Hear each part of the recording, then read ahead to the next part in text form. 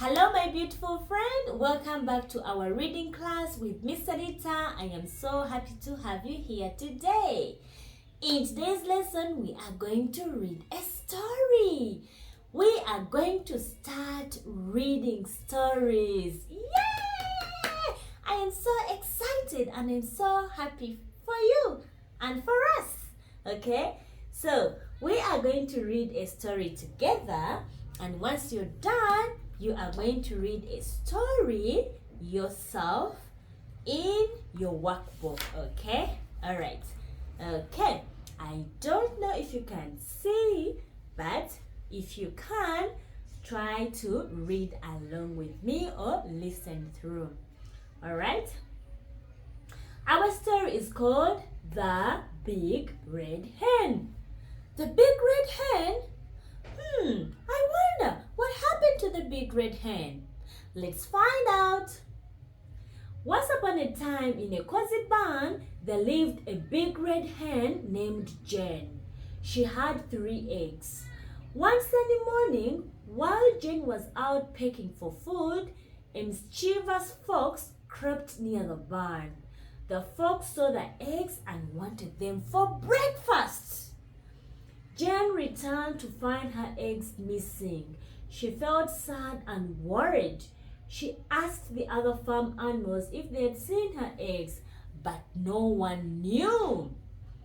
Jane decided to search for her eggs. She looked behind the haystacks and under bushes, but the eggs were nowhere to be found. Jane decided just then she had a rustle in the bushes. It was the fox hiding her eggs. Jane bravely confronted the fox and said, "Those are my eggs! Please give them back."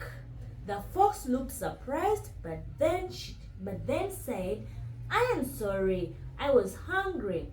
Here are your eggs." Let me repeat that.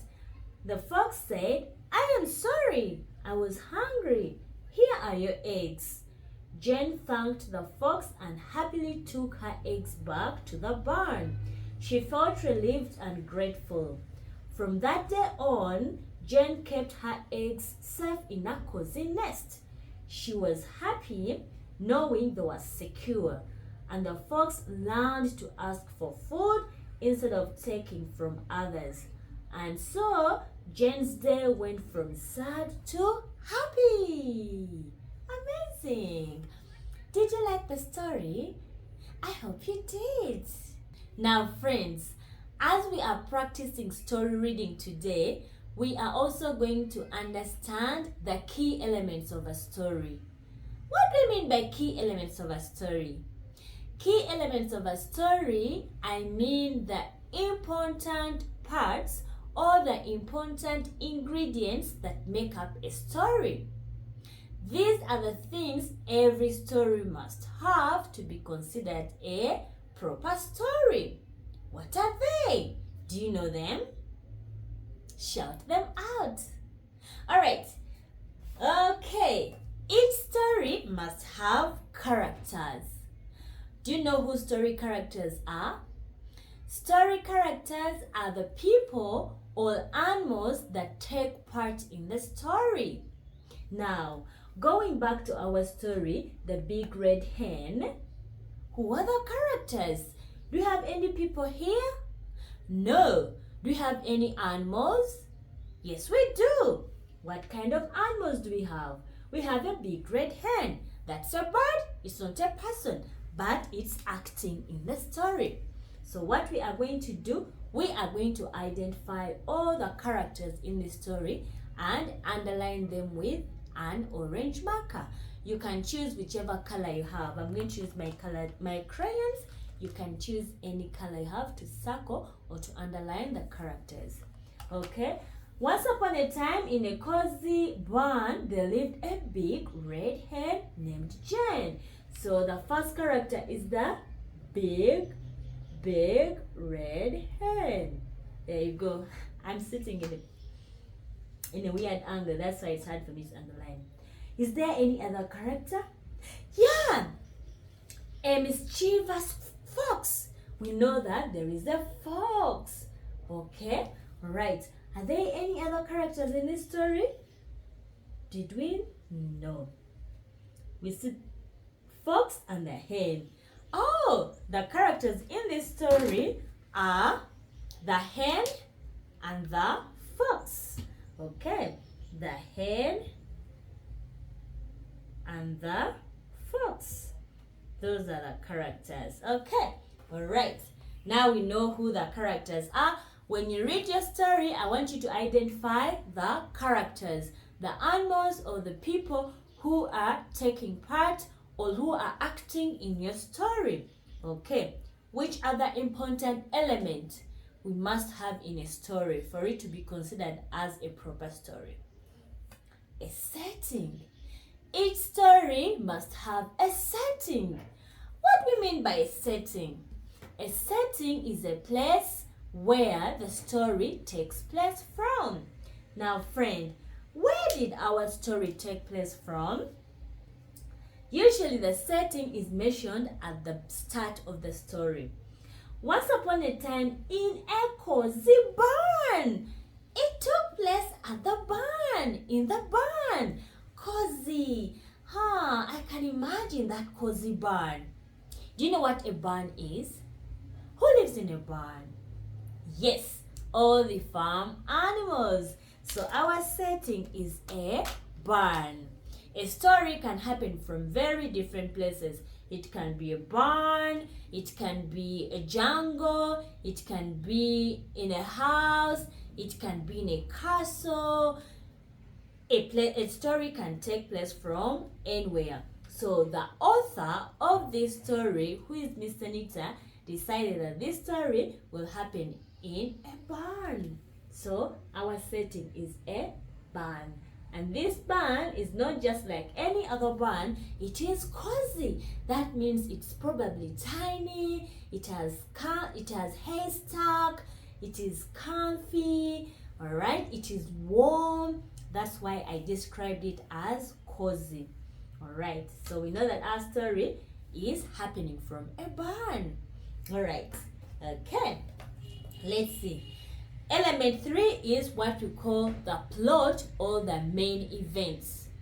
Each story must have the beginning, the middle, and the end. The important events that take part in a story, we call that a plot. So, what's happening in this story? What happened first? Let's see. Jane was out pecking for food. Then a mischievous fox crept near the barn. So that's a key element. That's an important event. So the fox crept near the barn. Okay. What happened next? Jane returned. Crept near. When the fox crept near the barn, what did it do? What did she do? She took the eggs. That's a very important event that we cannot leave out.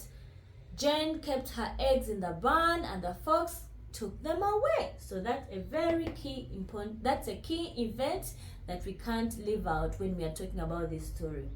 What happened next? Jane returned and she found her eggs missing. What did she do?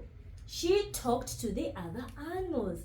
That is another important event. Okay? But none of them knew where the eggs were. Alright. What did Jane do? Jane decided to look behind the haystacks, under the bushes, but the eggs were nowhere. So another key event is that Jane searched for the eggs. Alright? Here is Jane searching for the eggs, but she can't find them. Alright. Okay.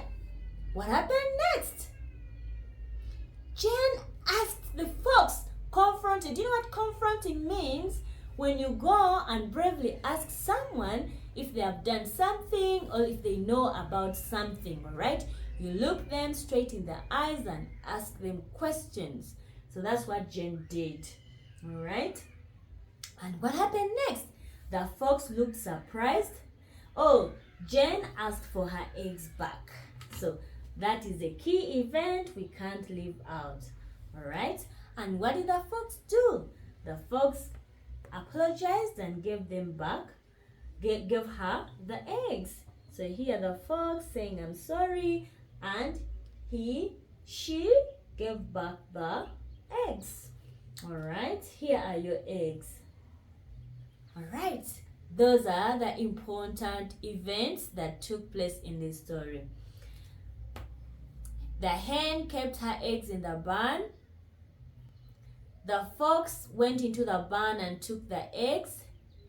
Jen came back and found that her eggs are missing, and she asked all the other animals. They had no idea. Jen confronted the fox, and the fox gave back the eggs. All right.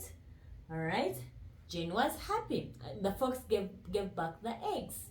Those are the important events that happened in the story. All right. Okay. So we've identified all the events. Now our next part is the ending. What happened at the end? All right. Let's see. Let's go back to our story. She felt relieved and grateful. Relieved is if you worried and maybe you're worried about something, but then you get a solution or the problem is solved and then you feel better. We call that relief. Feeling relieved, feeling better after worrying about something. Okay, so Jen felt relieved. From that day, Jen kept her eggs in a cozy nest. I would say the ending, Jen decided to, I'm going to use green to underline the ending. Jen kept her eggs in a cozy nest. Now, maybe at the beginning, she was just leaving them, in the open space in the barn. But this time around, she's more careful. Much as she's living under the barn, the eggs are nicely kept in the nest. That's clever, Jen, the big red hen. Okay. What else? She was happy knowing that they were safe. Jen is feeling happy. Okay. The fox learned to ask for food. All right. The fox is learning a lesson as well. Jen is feeling happy. Yeah, and that's the end. So Jen at first was sad, but then she became happy again. So that's our ending. All right. Is it a happy ending or a sad ending? Yes, it's definitely a happy ending. All right. Okay. Let's see. Have we identified the story characters? Yes. Have we identified the story setting? Yes. Have we identified all the important parts that took place in this story? The main events? Yes, we have.